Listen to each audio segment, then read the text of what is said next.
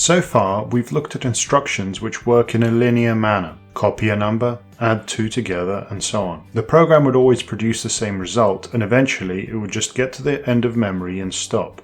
We need a few more instructions to make a computer what's known as Turing complete. Being Turing complete means that it can eventually carry out any possible computation, load a web page, render a video game, and so on. The only difference between two Turing complete computers is how fast they are at doing those computations. The first type of instruction a computer needs is what's called a jump, or sometimes called a goto. Following the instruction byte is a memory address. As the name suggests, instead of going directly to the next instruction in memory, the program jumps to the specified memory address and carries out the instruction there. This means that the program can now do a loop. In our video game example, we have seen how instructions are used to add numbers of coins to a total kept in a wallet.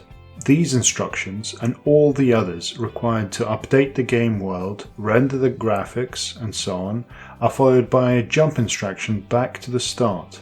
This way, the game can keep running indefinitely. The other crucial type of instruction that a computer needs is a branching or conditional instruction. If a given condition is met, for example if two numbers are equal, then jump to a particular address. We have already seen how a comparison can be implemented with logic gates. Adding such logic makes a jump conditional, allowing different sets of instructions to be executed based on calculations performed so far or inputs to the computer such as a keyboard or mouse. With conditional jumps, the computer is Turing complete. Given enough time, it can do any calculation. At this point, it's worth mentioning how a real program might actually be written. If you thought that things were quite confusing so far, you're not wrong. Remembering which instruction does what, which memory addresses have what data stored in them, where jumps go and so on, this is all hard to keep track of. Programmers typically work with what are referred to as high-level programming languages. This means that all the nuts and bolts of instructions and memory addresses are hidden away, and instead life is made easier for the programmer. For example, this is a bit of code in the C or C++ language.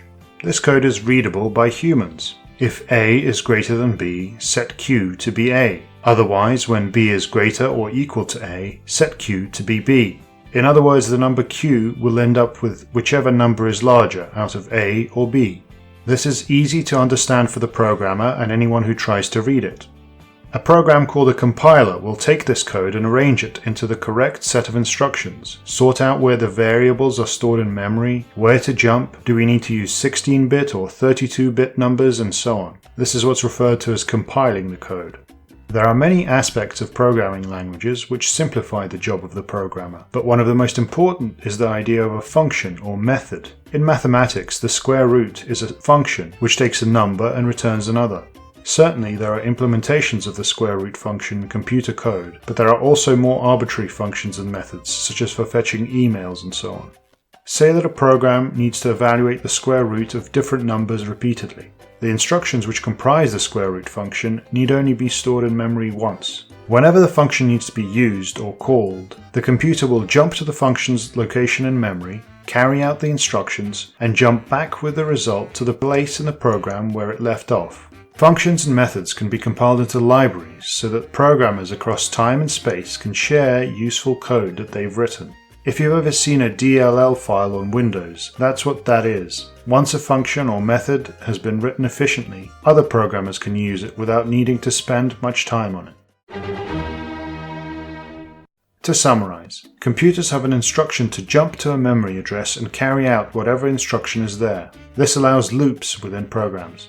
Some jumps only happen when a condition is met. Any computer that is capable of such jumps can carry out any computation as long as it has enough memory and time to do so.